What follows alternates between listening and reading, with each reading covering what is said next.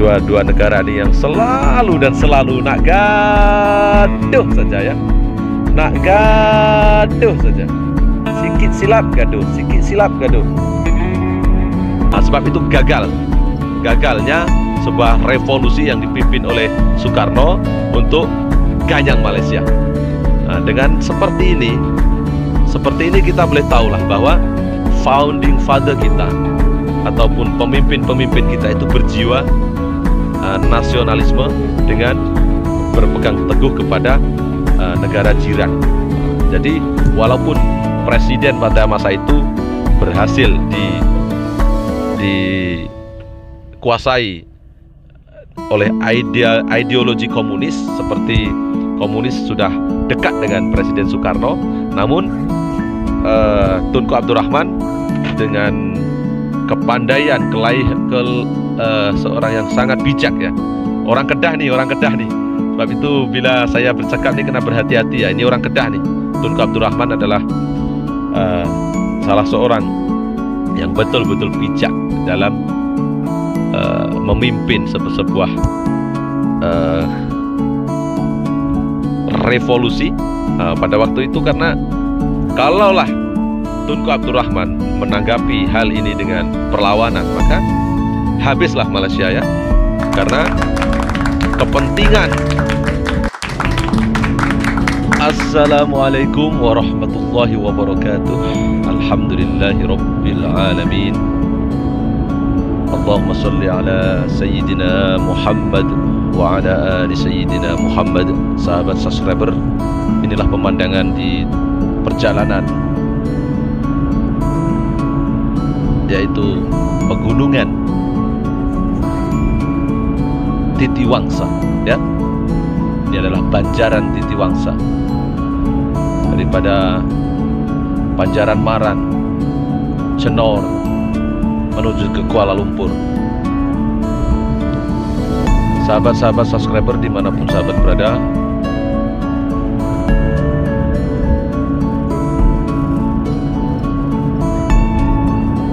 saya sungguh terpegum dengan pemandangan yang saya ambil pada video sekarang ini, karena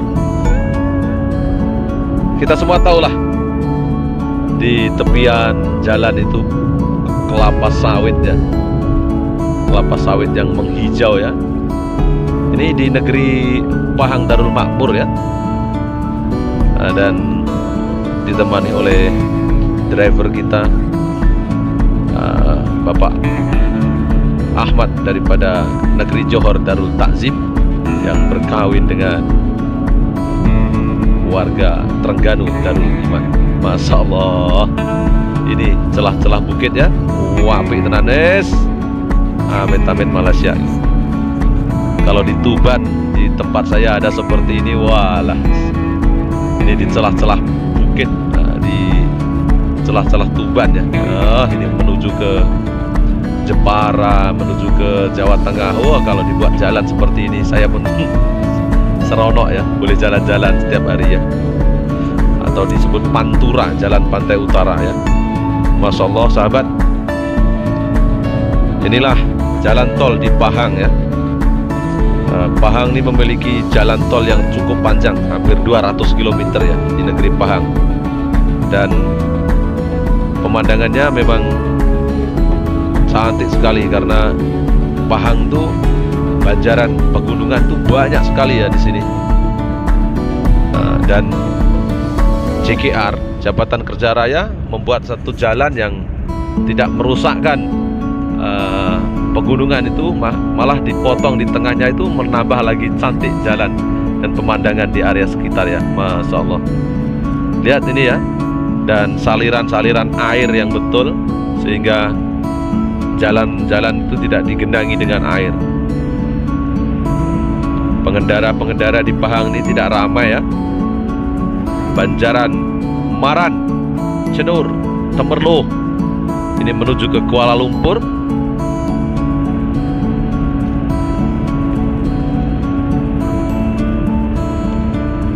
Inilah rakyat Malaysia nih, yang seronok bila mengendarai kendaraannya, dengan menikmati pemandangan sampai tujuan. Dan kalau kita berhenti di perhentian R&R itu ada tempat-tempat yang disediakan untuk bersantai, ada tempat-tempat untuk kita untuk sholat. Kalau ada budak-budak bawa anak-anak, ada tempat untuk spesial untuk anak-anak tuh, untuk ibu mengandung, ibu hamil. Oh, boleh tukar lampin ya. Saya pun teringin buat video untuk tunjuk apa yang baik, kita tunjuk ya. Tunjuk supaya Malaysia ini dikenali ramai ya. Karena ini hanya ini yang dapat saya lakukan untuk menjadi seorang yang baik ya, untuk memberi imbalan yang baik kepada negara Malaysia ini dan kepada rakyat Malaysia secara amnya ya. Pemandangan ini, Masya Allah, ini biasanya kalau di Banjaran ini, kalau saya lihat itu orang sebelum ini membuat video ya, itu awannya itu cantik, itu tebal seperti laut ya, seperti laut. Masya Allah, ini jalan rayanya yang ini tol kan, tol daripada Terengganu tuh, tol tuh tersambung ya. Baiklah sahabat, saya, sahabat-sahabat yang baru mengenali channel saya, boleh tolong support channel saya dulu. Alhamdulillah kita semua sudah mendengar berita yang baik ya. Hubungan Malaysia dan Indonesia sudah pun kembali terjalin akrab. Kita sudah mendengar berita-berita terinfo yang terbaru daripada Kementerian Sumber Manusia dan Kementerian Luar Indonesia yang sudah lagi menjalin kerjasama persefahaman MOU yang menggunakan sistem satu channel, one channel system ya. Melalui kerjasama ini maka pengambilan pekerja asing daripada Indonesia dah pun boleh dijalankan lagi. Oke, mana-mana majikan, tuh yang nak cepat-cepat dapat pekerja tuh, sila bayarlah levy apa semua diurus ya. Masya Allah, ini kita lihatlah di tepian sini kelapa sawit nih daripada sektor perladangan ya. Ini kalau di Malaysia ini banyaklah sektor masing-masing nih, perladangan, pekebun, peternak, perladangan lah, daripada industri banyak, daripada construction. Ini selamat untuk dua negara ini yang selalu nak gaduh saja ya, nak gaduh saja, sikit silap gaduh. Jadi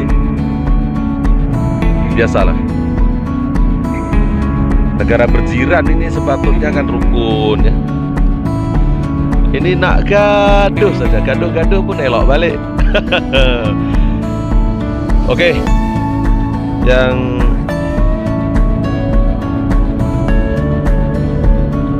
berasal daripada negeri Pahang Darul Makmur, saya tumpang lalu ke negeri Tuan ya.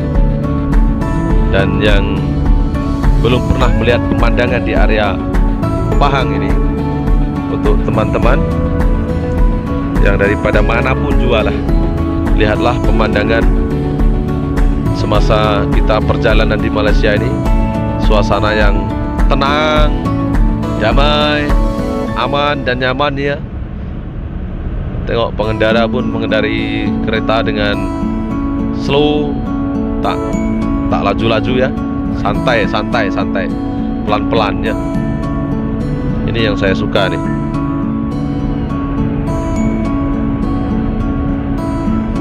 Ada bunyi ambulan ya. Baik, ini kita akan membuat video selama 28 menit yang memang betul-betul jauh lah perjalanan yang saya tempuh ini. Tapi harga tiket untuk sahabat-sahabat, harga tiket dari Terengganu menuju ke Kuala Lumpur ini hanya dengan Rp45 ya, sama dengan Rp150.000 ya. Itu jarak tempuhnya itu 550 km ya, 6 jam. 550 km 6 jam. Karena kita menaiki bus, maka bus pun dihadkan kelajuannya hanya 90 km per jam. Jadi sebab itu mengambil masa yang lama ya. Dan kalau kita menaiki kereta sendiri, kita boleh laju lah 130, 120, maka 4 jam sudah sampai ya. Ini pembuatan video ini akan terus berlanjutan hingga sampai ke jalan Lok Yu yang berada di Kuala Lumpur ya, dan menuju ke terminal Bandar Selatan yaitu TBS. Oke, tuan-tuan dan perempuan, sahabat Andai dimanapun sahabat berada, berkali-kali saya ingin mengucapkan ribuan terima kasih kepada semua yang sudah mendukung channel saya ini dengan subscribe dan juga sudah pun komen. Ini adalah satu pengambilan video yang saya tahu sebenarnya tidak akan mendapatkan view yang banyak ya. Namun dengan pengambilan pemandangan seperti ini, semoga yang menonton, kalau tidak ditonton hari ini, mungkin ditonton minggu depan, bulan depan, tahun depan, dan insya Allah akan kekal di dalam channel YouTube saya. Nah, ini berkali-kali saya katakan ini adalah satu perkongsian perjalanan saya di Malaysia. Balas budi kepada negara Malaysia ya. Karena lain kali juga saya akan balik ke Indonesia untuk membuat video-video di Indonesia. Itu saya akan rindu nanti bagaimana dengan rakyat Malaysia, kehidupan Malaysia ya. Saya akan rindu nanti ya. Apalagi yang sudah akrab ya, orang Kedah nih. Bila bercakap nih pun. Baik sahabat, saya akan menceritakan beberapa hal lucu ya yang berada di Malaysia nih. Waktu mula bila kita datang ke Malaysia nih, maka cara bercakap kita Indonesia itu tak boleh hilang. Kalau kita bergaul dengan rakyat Malaysia tuh biasanya gak usah repot-repot. Nah itu ya yang saya masih ingat. Kawan saya pun udah tak salah repot buat apa. Dia tersilat ya, gak usah repot-repot. Tak salah wak tak salah repot buat apa. Bukan, maksud saya itu tak payah susah-susah lah. Tak payah susah-susah lah. Makan apa adanya. Buat apa adanya sudahlah. Itu saya ucapkan gak usah repot-repot. Kawan tuh pun pening. Jadi enggak, kamu enggak salah, saya tak buat repot. Aduh, nanti kalau seperti itu kita akan belajar lah. Oh, repot-repot. Kalau repot polis ya lama, setahun baru kita boleh paham. Jadi orang Malaysia tuh kalau walaupun orang Melayu, walaupun orang kampung, itu dia ada bercampur bahasanya dengan bahasa Inggris. Orang putih ya, buat repot lah, buat laporan, buat repot polis. Jadi itu maksudnya, buat repot lah. Bila kita orang Indonesia ni buat repot pun, repot tuh macam kita nih susah tau, paham? Buatlah repot, jangan repot-repot. jadi logat, kadang-kadang saya bercakap dengan orang Kedah ni, terutama dengan istri ni kan, gak usah repot-repot. Enggak, abang tak salah, saya repot buat apa. Jadi kenangan-kenangan tu suka saya. Dan lagi kalau kita bercakap utara ni, berlainan sekali ya. Bila bercakap dengan utara ni, hang nak pi mana? Hang nak pi mana? Hang hang tu awak lah. Awak nak pi mana? Nak pi mana? Oh, hang. Bila kita cakap utara ni bercampur ni, pala otak hang, pala otak hang, tu kepala dia potong dari pala otak hang, kepala otak kepala. Macam-macam orang utara ni kan. Tapi orang utara ni walaupun bercakap potong-potong, kasak-kasak ni sebenarnya baik ya. Macam orang Terengganu ni pun, bila saya jumpa dengan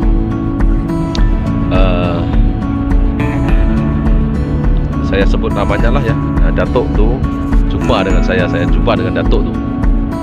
Makang. Rupa-rupanya dia suruh saya makan. Alah, inilah perkongsian hidup ya. Masya Allah sahabat, ini cantik sekali ini Malaysia. Baik sahabat yang baru tahu, semalam 28 hari bulan Julai ya, Malaysia ini, untuk pengetahuan ramai ya, Malaysia ini sebenarnya mempunyai lambang bunga raya ya. Bunga raya itu bunga sepatu kalau di Indonesia ya.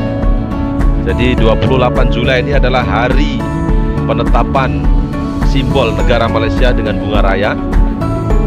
Dan ini saya cantumkan juga dalam YouTube saya ini supaya yang tidak tahu menjadi tahu ya. Seperti Indonesia lah, ada lambang Garuda, burung Garuda. Jadi kalau di Malaysia ini mempunyai lambang bunga raya ataupun bunga sepatu. Kalau di Indonesia itu bunga sepatu namanya. Jadi ada 4 kelopak, yang cantik sekali. Itu ditasbihkan oleh yang amat berhormat, yaitu Tunku Abdul Rahman. Di mana itu ya? Ini yang bulan depan nih saya nak datang nih ya. Minggu depan saya nak datang di Maha ya. Di Maha. Maha itu adalah satu Malaysian Agriculture Organization, Maha ya. Jadi pengambilan daripada lambang bunga raya ini bertepatan sekali dengan corak bunga yang indah, yang cantik, dan rupa-rupanya dengan kehidupan rakyat Malaysia lah ya, yang selalu ceria, berbunga-bunga ya, dengan warna merah yang melambangkan keberanian ya. Dan bunga yang ada, bunga itu cantik ya, saya suka lambang kesederhanaan sebagai sebuah negara. Namun sahabat juga tahu ya, kalaulah bunga kenanga, karena yang disyorkan sebelum itu juga, sebelum dirasmikannya bunga raya ini, ada pengambilan simbol ataupun simbol kenegaraan di Malaysia itu adalah bunga kenanga ya. Ini kalaulah jadi bunga kenanga menjadi simbol Indonesia, maka di kampung saya itu bunga kenanga itu banyak itu.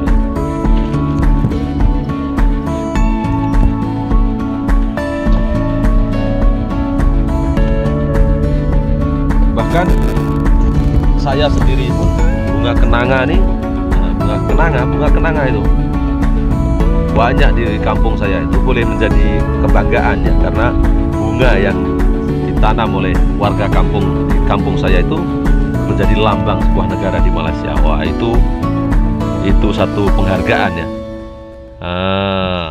Lalu dengan alasan itulah, dengan alasan-alasan tertentu daripada kerajaan Malaysia menetapkan bunga raya sebagai lambang negara Malaysia. Ya, ada 7 jenis bunga ya untuk dipilih, yaitu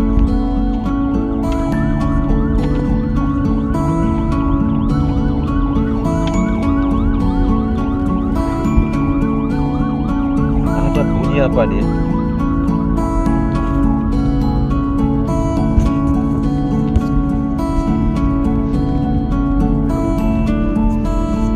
Ya, baik sahabat. Jadi ada bunga-bunga tersebut ada 7 ya. Ada bunga raya, ada bunga melur, ada bunga teratai, ada bunga mawar, ada bunga cempaka, dan ada bunga tanjung ya. Ini ada 7 bunga, 7 jenis bunga ini. Salah satu dipilihnya adalah bunga raya. Oke, itu info-info kepada pendengar saya, karena sedikit-sedikit nih kalau saya selingkan ini, maka akan menggamit lagi satu kenangan-kenangan ya, bagaimana dahulunya negara ini mengambil sebuah kebijakan, mengambil sebuah bancian dahulu ya. Jadi dibanci dulu siapa yang paling banyak, itu dipilihlah bunga raya sebagai lambang negara Malaysia. Dan selepas itu ada lagi rukun negara, selepas itu ada lagi macam itulah, berproses ya. Jadi semua itu melalui proses, bukan tiba-tiba, semua itu melalui proses. Jadi dalam video kali ini saya juga ingin proses daripada Indonesia dan Malaysia ini melalui proses yang pertama dahulunya, apabila di masa ini saya akan menceritakan sejarah yang kelam di antara Indonesia dan Malaysia. Saya mendapatkan info ini dari seorang bekas tentara Malaysia dan tentara Indonesia yang pada tahun 1957 itu dan sampai 1965 itu saya memperkenalkan ya, itu Tuan Haji Zainul ya, yang berasal daripada Alostar. Itu mereka, dia adalah salah satu tentara yang ditugaskan oleh Tunku Abdul Rahman untuk menjaga perbatasan di Sabah dan Sarawak. Dan juga bekas tentara juga daripada Indonesia, itu saya mengambil konfirmasi, itu warga kampung saya itu Haji Darban ya. Nah, itu katanya itu sebagai seorang tentara di perbatasan, seharusnya kan perintah Presiden Soekarno adalah untuk masuk Ganyang Malaysia ya. Ini sejarah. Namun Tunku Abdul Rahman tidak pernah membuat satu arahan bila nampak tentara Indonesia tembak, bukan seperti itu. Bahkan strategi yang dilakukan oleh komandan tentara ATM Malaysia itu dan komandan tentara Indonesia itu bertanggahan dengan Presiden Republik Indonesia yang dipimpin oleh Soekarno pada waktu itu. Ini saya mendapat cerita terus daripada Tuan Haji Zainul yang orang Alostar ya. Dan satu lagi adalah orang yang tentara juga yang di perbatasan itu, akhirnya ya seperti seolah-olah dibuatlah seperti perang ya, tapi bakar-bakar itu seperti. Tapi ada satu cara, ada satu yang lain. Kalau itu adalah pihak komunis, walaupun dari Malaysia atau daripada Indonesia yang disangka itu adalah komunis, maka dia akan tembak. Sebab itu gagalnya sebuah revolusi yang dipimpin oleh Soekarno untuk Ganyang Malaysia. Dengan seperti ini kita boleh tahulah bahwa founding father kita ataupun pemimpin-pemimpin kita itu berjiwa nasionalisme dengan berpegang teguh kepada negara jiran. Jadi walaupun presiden pada masa itu berhasil dikuasai oleh ideologi komunis, seperti komunis sudah dekat dengan Presiden Soekarno. Namun Tunku Abdul Rahman dengan kepandaian, seorang yang sangat bijak ya. Orang Kedah nih. Sebab itu bila saya bercakap nih kena berhati-hati ya. Ini orang Kedah nih. Tunku Abdul Rahman adalah salah seorang yang betul-betul bijak dalam memimpin sebuah revolusi pada waktu itu. Karena kalaulah Tunku Abdul Rahman menanggapi hal ini dengan perlawanan, maka habislah Malaysia ya.